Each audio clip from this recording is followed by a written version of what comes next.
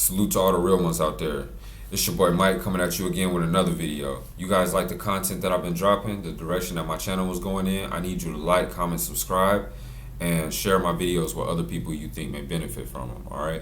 Now the thing is, the reason why I always tell y'all like, comment, subscribe, it sounds so cliche, but real talk, every one of y'all that watches my video, drops a comment, or shares, even subscribes, what that does is that grows my YouTube algorithm. So it makes it so that when other people like you who, let's say, are looking for self-improvement type videos, my channel will come up as a suggested in the newsfeed for the individual who is thinking like you. So that's the reason why I want y'all to do that. Like, comment, subscribe, man. I'm gonna always try to say that. But that's neither here nor there. Today's video topic is going to be about intentional suffering. Alright. So, like I said, my channel is more dedicated to young men. Alright. And the reason why I'm focusing on y'all is because, hey man, we're the leaders. By nature, by default. You have a rough journey ahead. No one maybe will tell you that. And if you grew up like me, you didn't have a dad in the picture. And I was the oldest one. So in my head, I was always thinking, how can I become the best man that I can be? Because I have a internal responsibility to see to it that anyone who looks up to me, if they followed my path, my actions, my thoughts, my behaviors, that they would also become successful.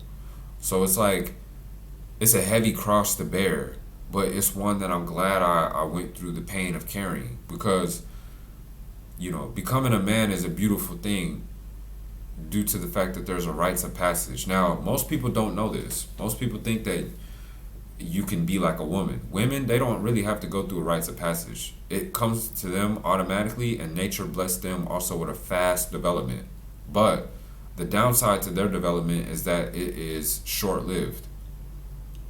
You know, from the time a woman gets her first period, to have sex for her first time, to hitting her early 20s and realizing her power of sexuality and femininity, there's really not much more for her to actually experience where she's going to grow and develop like a man will. Yeah, of course, with career, but I'm talking about more like with motherhood. That's when she really is like in tune with her nature. But as a man, there are many different things that you have to go through, and most of them actually involve struggle. It involves pain. It involves suffering. You know what I mean? Like, for example, as a man, there's certain things that for a woman is really not so important. Like physical fights. That shit is important as a man. Believe it or not, you don't have to believe it. But if you've never been in a fight in your life, there is an aspect of your masculinity that is suffering. And maybe you lash out by doing other things to show your masculinity, because subconsciously you know that you haven't really found yourself in the pecking order.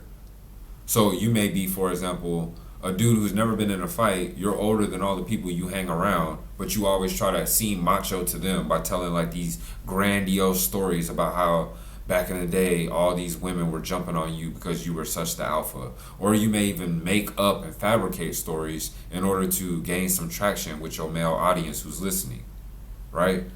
So what I'm talking about with this intentional suffering is kind of like a stoic mindset, where you make yourself suffer in order to cultivate aspects of your masculinity that you might not otherwise get a chance to do in this feminized world. Alright? So, number one thing you can do if you want to cultivate your masculinity and actually do it by suffering intentionally is take cold showers. Right? Think about the discomfort right there. Most people get in the shower, they want it, you know, piping hot, because it makes you feel good, warm, you get those tingles through your body, and you're like, there's even times I'll take a hot shower. I'm like already done washing up, but I'll take the additional 10 to 15 minutes just loving the way that the water feels on my skin. But if you take a cold shower, this will do many things. First of all, believe it or not, it's going to boost your testosterone. Alright? Because there's a chemical reaction that takes place in your body when you get that cold sensation. and your body basically has to brace because it's uncomfortable and it has to get itself prepared. Your body is all about doing what it can do to survive by default, and this is without your conscious effort. You don't really have to do anything. Like, your muscles automatically tense up, and this stimulates a response in your body that will, there's many other effects, but it will build your testosterone. Another thing is it strengthens your immune system. All right, so think about taking like an ice cold shower, and then after that, getting out. Now you drying off. You actually start feeling warm. Then when you go out into the cold environment, you just came out of a cold shower, so like you feel more equipped. Like your skin has another layer of Teflon on top versus taking a nice hot shower. Your pores are all open, and now you go outside into the cold. It's like your body sucks into itself. Like, damn, I just had a hot shower. Now I'm outside. It's like a shock, right? So another benefit will be that it closes your pores. All right, so that makes you less susceptible to catch a cold or have any germs get into your skin, and it boosts your willpower.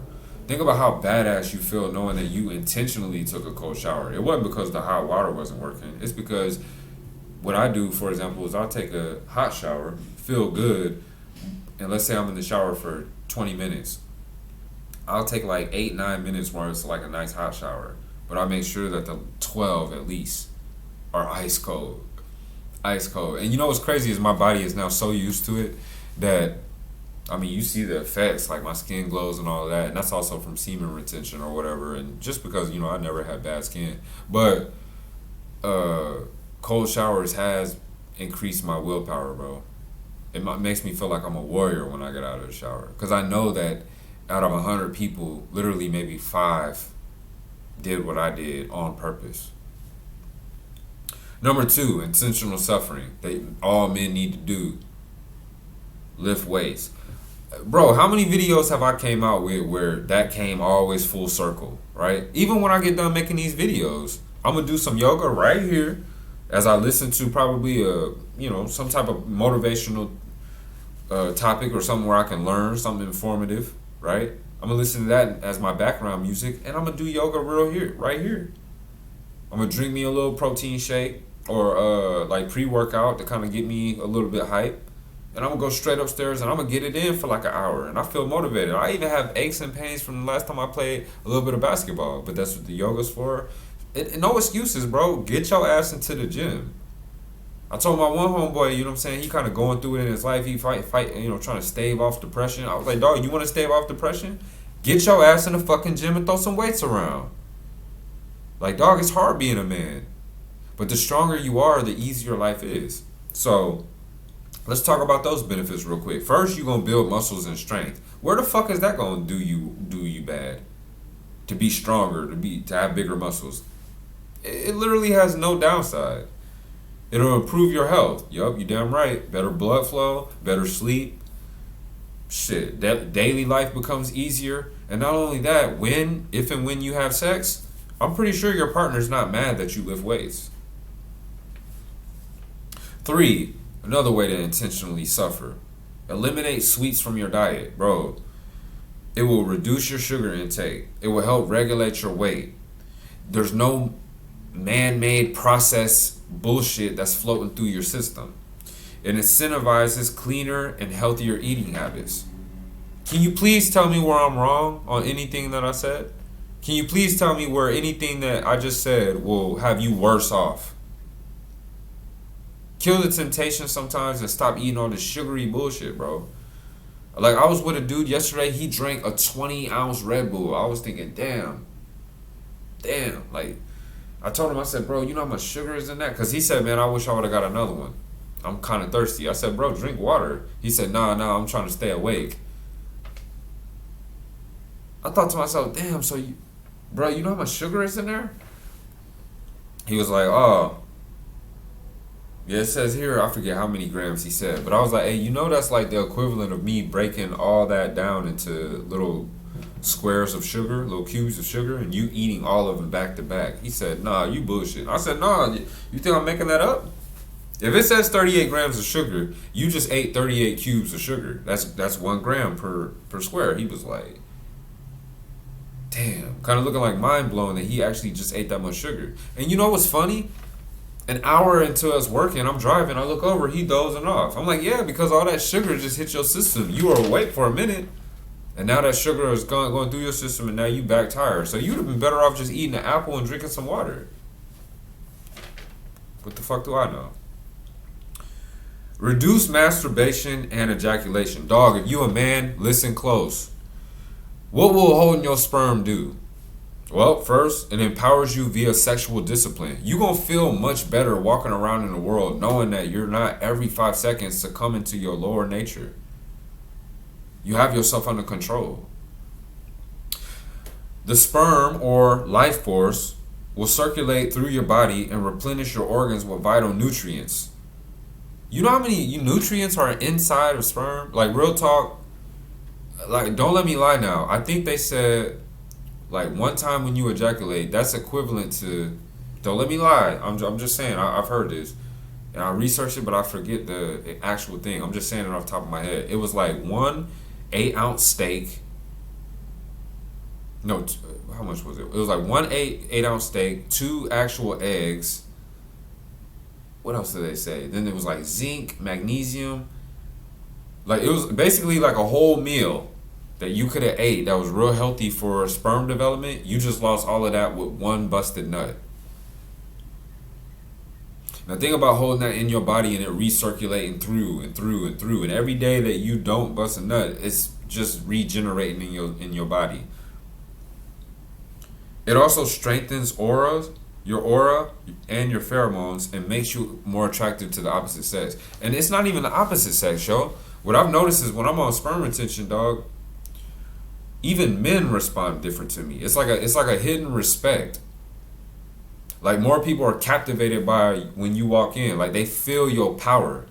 So I challenge all of y'all, at least 1 week, you gotta see how you feel at the end. Reduce phone screen time. That's another way to intentionally suffer. This will free up your schedule for more healthy and beneficial activities, for example, being in nature. Alright, so like I said in one of my other videos, you have opportunity costs. Alright, that's the concept of economics that basically says you can't do 2 things at one time. For everything that you decide you want to, let's say, focus on in your factory, oh, we want to increase more banana production. Yeah, then that means you're not producing more apple production. You can't, because you're doing one or the other. You can't do both. Alright, and then you have your comparative advantage and also the bullshit. But opportunity cost is basically, you know, you do one thing and you have to give up another. So reduce your time that you're on your phone and plug in, let's say, reading or something else. I already made a book about why you should read every day. So for every 10 minutes that you, let's say, cut out of your phone, why not read a book chapter? You literally will not, like, have a downside to reading. Number 6, one of the big ones. Embrace Stoicism. All right, so Stoicism is an ancient philosophy that basically has to do, basically with the endurance of pain or hardship without the display of so many feelings and without complaint. And that's defined by the Oxford Dictionary. So examples of like Stoicism principles: if you're chased by a wild dog, turn and face it instead of running away and being mauled. Grab a snake firmly by its head versus by the tail or in the middle and being bitten. Trample a fire confidently instead of doing it hesitantly, because out of hesitance you may get burned. If boxing, face your opponent and don't fear the blows instead of nervously retreating to defend yourself. So think about it, like all those examples, especially like the snake example, you know, your fear would tell you grab it by the tail, but that's easy for the snake to like whip around and bite you. But your courage would tell you grab that motherfucker by the head, and when you do and grab it firmly, that snake is literally defenseless. What's it gonna do? Wrap its body around your arm? That's the highest it could do, but you hold its head in your hand. So that's contradictory. Or for example, you're boxing. Instead of just always thinking about defense, cover up, that's just giving him a target to keep hitting. But if you actually kind of go and you know, all right, I might take 2 hits, but I'm gonna give him the hardest one I can to his chin, that's gonna make for a better fight. Not only for you, but also it will instill fear in him, knowing that you're gonna hit back. So embrace that idea, and that the link to this, let's say, Stoicism article can be found in the description box below. All right. Another thing about Stoicism is that it's a paradox of acceptance, particularly of painful events, experiences, and emotions. And it is a philosophy that shuns the hedonistic ideology that runs rampant in our society. I kind of view Stoicism to be like a return to the essence of life, especially for masculinity, while hedonism is the pursuit of pleasure and sensual self-indulgence, which permeates our society today.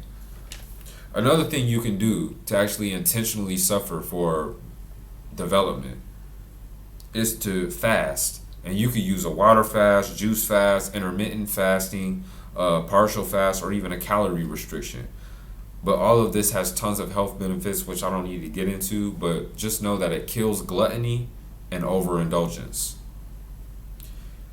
And another thing you can do, last but not least, to intentionally suffer, is to reduce or completely eliminate television and entertainment for your life. Even if you just do it like a fast, like I said in the last thing, maybe if you just do it for 2 weeks straight, this will restore your brain,